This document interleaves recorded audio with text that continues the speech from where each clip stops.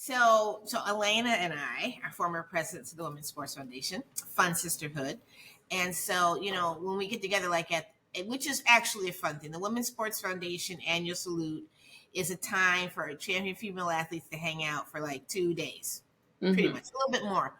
But it's always so special that we get, if you have to get rehearsals, things like that, it's always a lot. And the president, especially, are very, very busy.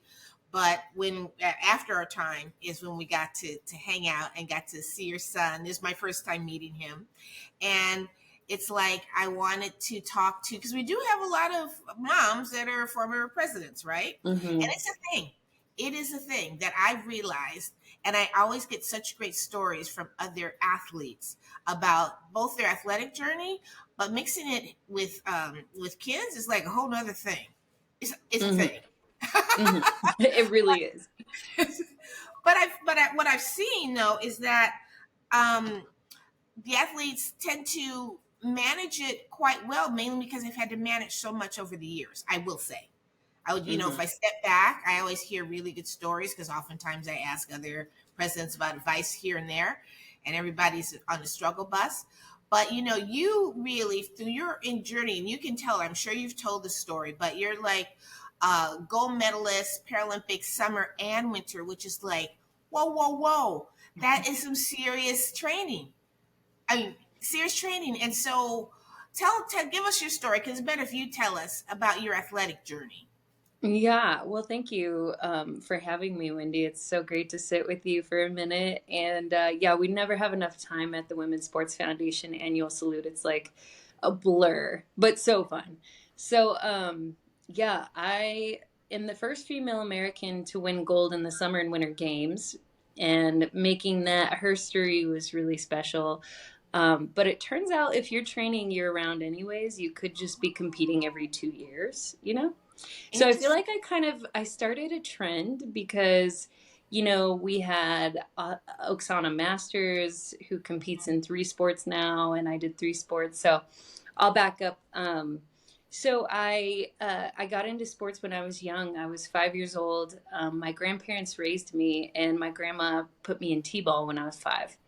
And that was just like, not, no pun intended, but a game changer for me, right? For anybody that was born an athlete, it was so important for me to find that outlet. And, I played t-ball and volleyball and basketball at the Boys and Girls Club growing up, and just couldn't get enough. It was like year round, three sports my whole life. And, I really kind of honed in on basketball and volleyball, but was like very focused on softball, and had big dreams for fast pitch softball as I got into high school, and was hopefully going to college on a softball scholarship, and was being actively recruited my senior year in high school when I had my snowboarding injury. So November 19th, which just passed, of 2000, I was out backcountry skiing and snowboarding with some friends. Um, was obsessing about trying a backflip for the first time all summer. And, when you're 17 years old and, 17 foot tall, you're kind of invincible at that age. You don't have your full frontal lobe on board. And, for me, I was always a risk taker for sure. So that particular day, I wanted to try my backflip, but it was way too early in the season to be doing anything inverted, and there wasn't enough snow on the ground to be safely landing. So when I did that backflip, I over rotated, um, landed back first on a rock that was under the snow, and I broke my back in three places at T10, 11, and 12. So was immediately paralyzed upon impact, and my life changed in an instant. As an athlete and a person, as a woman, I mean, every aspect of my life was changed. And so, and at such a vulnerable age, I mean, 17 is just like, everybody's kind of at the precipice of like this new adventure, right? We're all going off to college, and um, it was so heartbreaking and hard, and sad and lonely, and But, one of the hardest things for me was I wasn't moving. And I think that a lot of people don't put that together for folks with disabilities. Like, just like an able bodied person, you have to get moving. You got to get your heart rate going. You need to get sweating and all those endorphins kind of firing in your brain to then connect you with that feeling of, I can, go to school, raise a family, whatever it is. And so it was, unfortunately, it took a while. It was like 2 years before I found adaptive sports. Mhm. And those 2 years were heavy for sure. I was at the University of New Mexico, just kind of like trying to get by, really, just keep my head above water. And I call it a God moment because I happened to be taking a shortcut through the gym at the University of New Mexico when I came across a whole team of people playing wheelchair basketball, and was like, for anybody that's ever seen the sport, you're like, wow, like, this is aggressive. Like, so many wheelchairs on the basketball court, regulation hoop height, and they're balling. They are dropping 3-point shots from a seated stationary position, and like, I'm just like, honestly jaw dropped. I was like, what is happening? Like, I hadn't ever really seen anybody in a wheelchair my age, let alone being athletic, so it all changed for me. And like, as fast as, my spinal cord injury changed my life, wheelchair basketball changed my life. In the blink of an eye, I was like, what? You know?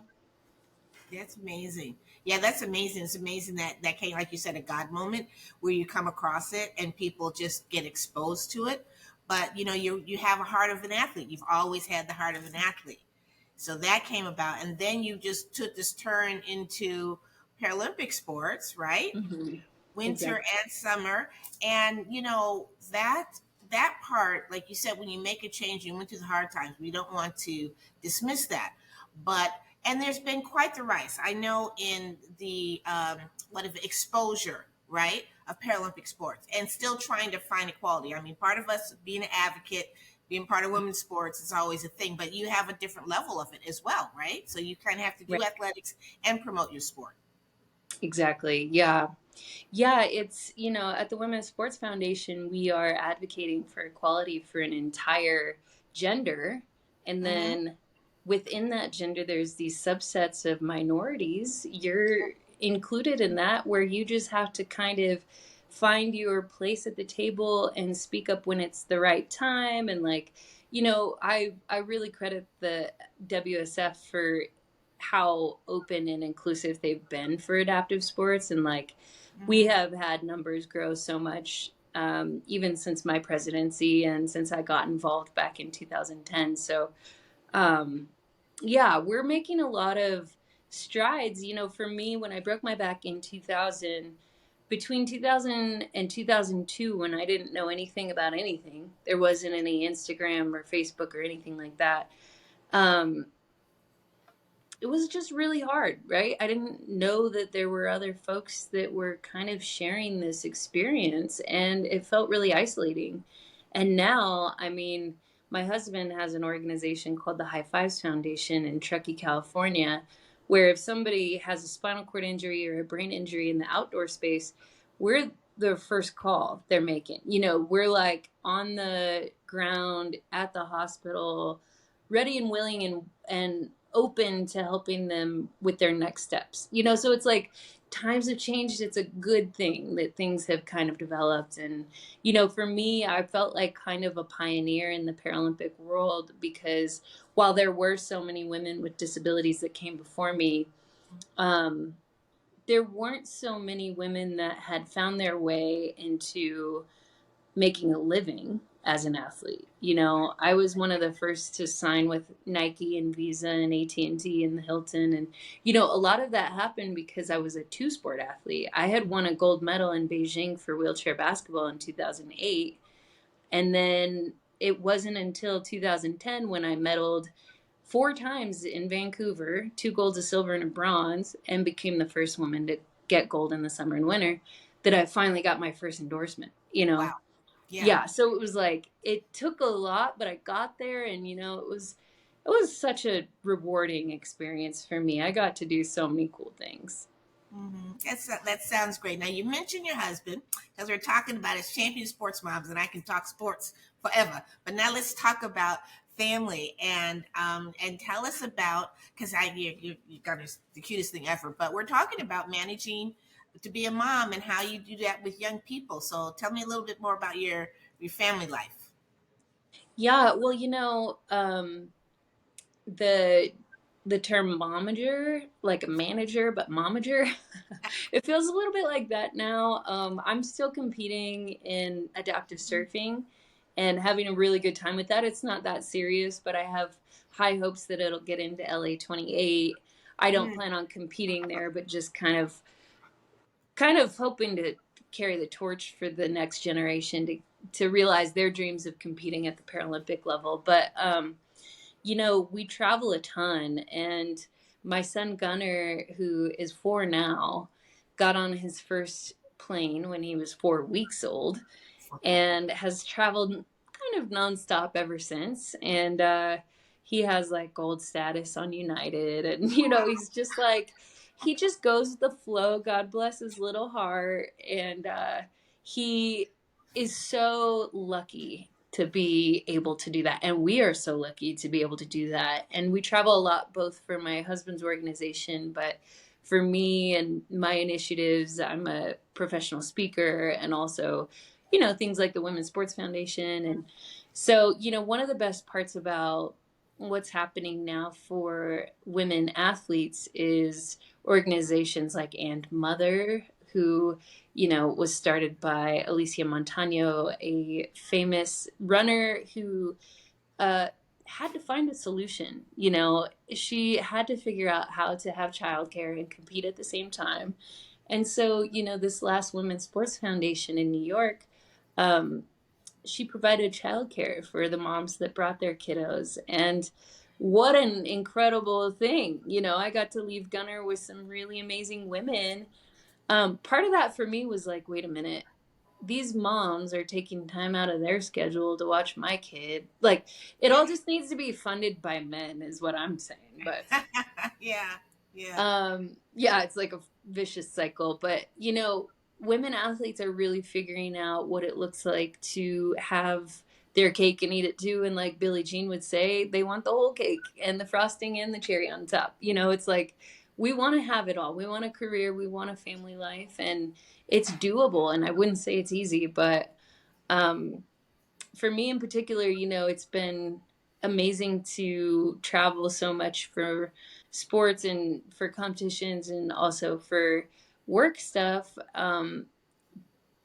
As a mom with a disability, I would say that it's like extra challenging, right? There's little things that people would never imagine, when he was early on traveling with me as a baby.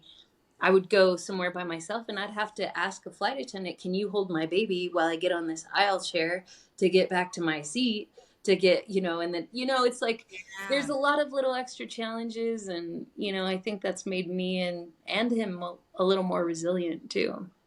That's interesting. And you say that. So would you say that your sports has helped you manage the challenges of being a mom? Absolutely. I think, as a wheelchair basketball athlete and an alpine ski racer, specifically as an alpine ski racer, you can only control the Mm, controllables, right? That's kind of a mantra in the athletics world, is like control what you can control and then roll with the punches, really. And so as a skier, you could have everything dialed. Your skis tuned, your equipment's, dialed, and the wind is blowing sideways and you have no visibility and you just have to deal with it. And I'll never forget one of my coaches saying, somebody's got to win today. It might as well be you. It's downpouring, raining on us in Vancouver. And he's like, might as well be you. It's like, what are you going to do? Complain about it? Or are you going to go with the flow? And that for me it's really worked in my favor to be flexible and to kind of let go of all the expectations I've ever had about how things should go. Anytime I'm attached to the outcome, right? Like, whether it's traveling from here to the East Coast or whatever, you just gotta let go. You gotta let go, and whatever comes your way, one step at a time, just take it in, embrace it for what it is. It's like, and I think sports really taught me that. That's interesting. Now, Gunnar, see, he's a little guy, but do you see anything athletics in his future? He has had the opportunity to do a lot of fun stuff. And one thing I authentically can tell that he loves is surfing, because the reason I know this is because he's willing to get a wetsuit on and go out in like 65-degree water, and he's 4. So it's like maybe it's 60 degree. We were just out at Huntington last month, which happened to be the World Adaptive Surfing Championships, which I won and became a world champion. But more importantly, I got barreled, which for anybody that doesn't know anything about surfing, it's where the water comes over the top of you. It's like the ultimate experience for a surfer. I got my first barrel, which was cool. Wow. And gunner, meanwhile, is like a term that they use in the surf culture is frothing. It's where you're just like foaming at the mouth to get out in the water. You're just like, let me go. He's crying about it. And I'm like, dude, I have things to do. And we also have to find somebody to take you. Both me and his dad are both, people with disabilities. So it's not like we can take him out and it be a safe situation. So we find the right person. And anyways, I know he loves surfing because he just can't quit crying about it, really wanting to get out there. Yeah. But what's really fun is he was in gymnastics for the last year Okay. and super loves gymnastics, loves it. And I love going and letting go and watching the coach figure out how to wrangle. It's like watching somebody herd cats, right? Because they're Yeah. all 3 or 4 year olds. um, but I love that he's learning so many of those positive byproducts of being a part of a sport like gymnastics. And that's like learning and listening and discipline and following instructions. And then also, like, I recently heard this kind of shift in the way that you kind of talk about an achievement, right? You could either say, I'm really proud of you, or you should be really proud of yourself. How do you feel? Are you proud of yourself? Like, and so every time I come across like his achievements, I'm like, how do you feel? And he goes, I'm really proud of myself. And I'm like, buddy, I love you. It's so sweet. That's great. That's great because we do a lot of talking about talking with your kids and going through challenges with them. You talk Mm-hmm. about challenges that you win in yourself, but as we're raising kids, just that shift is so important, I think, for people to understand how you instill confidence in kids, your own kids, Right. not just the sports stuff, but the overall confidence Mm-hmm. starting at such a young age. You Mm-hmm. know, that's really Mm-hmm. interesting. I think that it's interesting because I guess he has some patience with. I mean, but I think surfing is kind of like surfers like to surf. I have to say, there's some sports Yeah, that people just like kind of have to do. totally. I think Yeah. surfing's like that because the Mm-hmm. weather can be crazy, but people that like to do it have this passion. Mm-hmm. Um, all athletes do, but I think surfers have it on a certain level. There's some sports where it's that way, and so it's interesting that you can see that at his age, right? And Mm-hmm. then, what is your take about moving forward, like raising him and exposing him to, like you said, he was in gymnastics at one point. What do you think? And the message we really want to get out there is how can other moms or parents manage their child moving up in sports? Mm. Yeah. Well, I've been pretty delicate with trying to figure out what he really wants to do. And I've given him some options. We kind of like try it on for size. Like, how do you feel about baseball? How do you feel about jujitsu? He's got this real rambunctious little boy energy, and his love language is literally being thrown around. He's like, get on the bed, mom, let's wrestle. So, I think wrestling might be something he really would love to do, and so um we are I think going to hold him back 1 year from starting kindergarten. He's kind of a late birthday guy. He's July, into July. Mm-hmm. So, um, but with that structure that comes with going to school, I think we'll also start the structure of going to sports as Mm-hmm. well. So it's been like we've just been kind of milking the this time period where we get to travel and do whatever we want, and he misses preschool and all that. But I know that time is coming to an end. But I really hope that whatever it is that he wants, I want it to be something he chooses to do, and really is kind of embodied in making his decision, right? Like he feels like he wants to do it. I don't ever want to force him. I want to be available for him. One of the things my grandma did for me growing up was like no pressure, right? As an athlete, it was like she just showed up for me. She was on the bench every game, every practice, she was there for me. But it wasn't like she was overly emotional about wins or losses, or like if I wanted to do it or not. And it was always a choice and my own free will. And like I think that built a lot of my own like self agency and feeling of, you know, because when you do grow up playing sports and, it starts getting more serious in junior high and high school, I mean, it's hard, right?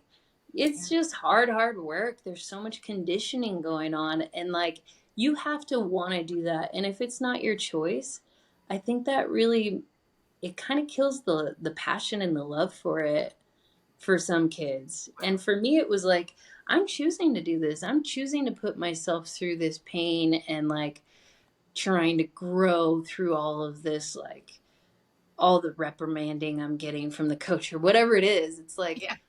this is my choice. And if I want to quit, I can. What am I made of? So it was always my decision, I guess, is my thing. And I do think that, there are times for parents to get involved in that choice making, right? Like if a child has a really hard time at a practice and they want to quit, it's like, okay, how about you can quit but not today. You don't get to quit on a hard day. You get to quit on an easy day when you're having fun. Let's make that decision when you're not feeling overly emotional. I think I read that the other day and was like, that's brilliant. I don't know who said it, but yeah. That's a good one. That's a real good one. Hmm. Hmm. No, I love how we do this because that's what everyone's talking about. And it's so funny. So I was with a friend this morning and her daughter's like getting ready to do college, but she was recruited as a soccer player. But then her daughter decided, she says, I don't think I want to play soccer in college. I just want to do college. Now her husband, who's a sports guy, was like, what? He's like, what? But I Right. told her, I said, look, if she's made that decision, she's made the decision. I know it's like a really hard thing to get recruited to be at a high level in sport, and it's really great. But people do know what they want, kind of. Hmm. Yeah. I mean, Yeah. and now that we're all talking about mental health, like, Hmm. let's talk about that. If it's too much for your mental, I was a student athlete in college at the University of Arizona and at the University of Alabama playing wheelchair basketball. And it was tough. It was just hard. It was really hard. And there's plenty of D1 athletes that decide they don't want to do it because it's too much. It's just too much.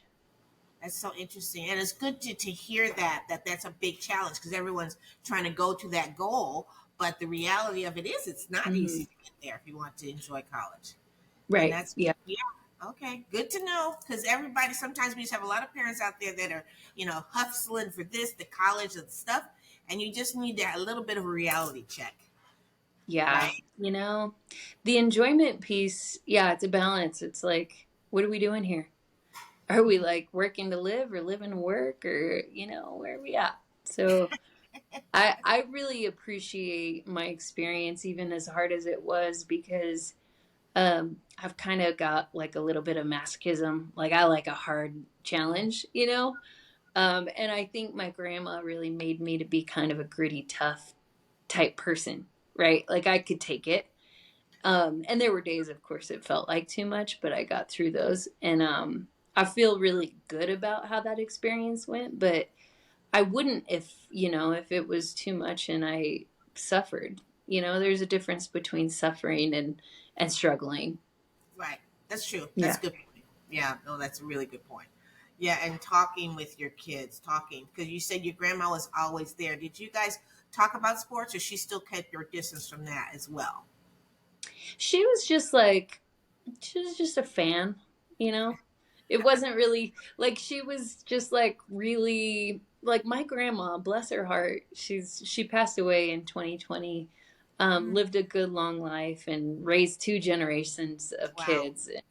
She's just amazing, but she kept 3-ring binder like stacks of them of all of the things that I did, right? Wow. She was kind of into genealogy and like keeping track and record of things, so that Mhm. was like something that kept her busy, but she was always just like a fan. So, when I made my first Paralympic wheelchair basketball team, she was my first phone call and she would be like, "Oh, I'm so happy for you." And it's just like such a beautiful thing for her um to show up, to be there for me and be that person. It was just like her presence is all that mattered. It wasn't like she was overly involved in any of it. So, and I didn't have a dad growing up, but a lot of the male coaching I got, those folks made such a big difference in my life as kind of surrogate father figures. And that's why we do such a diligent job at the Women's Sports Foundation of promoting this important experience for young girls and women, like to be involved in sports, because it can really fill some of those voids that maybe you have in your life. And when I broke my back at 17, it was wheelchair basketball. It was sports that got me back on track, that gave me another chance at life. So it was like, I know that not everybody's born an athlete. It's not for everybody, but if it is for you and that outlet makes you feel alive, like we want to have every opportunity available for you. You know what I mean? Like there shouldn't be any barriers to entry that are unnecessary. That's true. That's a good point because it can be hard enough. And so Right. breaking those barriers down is critical. Because, yeah, there are those of us that I'd love to do it, but it shouldn't be so hard for everybody. It Mm, is a little bit of a responsibility to make it a little easier for the next, like you said, generation. Oh right. my gosh. It has been such a joy. I just love sitting here talking to you. It's like, it's such a treat. Thank And you. yeah, are there any other things you want to say? I mean, we've given such great advice because that's really what it's about. People just need to hear other stories. And you know how it is. When you hear from somebody else, it makes so much more sense. Yeah. Sometimes you have to hear it from someone else. Yeah. Yeah. If your mom's trying to tell you, it's definitely not going to hit home. Yes, I learned that. um, Isn't that the irony of motherhood? It's like, I just did all of this. I have advice, real world advice for you, but you're not going to hear it from me. It's so funny. That's funny. Um, but no, I just want to let any of the listeners know that there are so many, resources available at the Women's Sports Foundation. Of course, at your foundation, my husband's nonprofit, the High Fives Foundation. Um, and if anybody wants to reach out to me directly, I'm on Instagram and all of that. So hit me up. I'm available. Appreciate what you're doing, Wendy. Thanks so much for having me.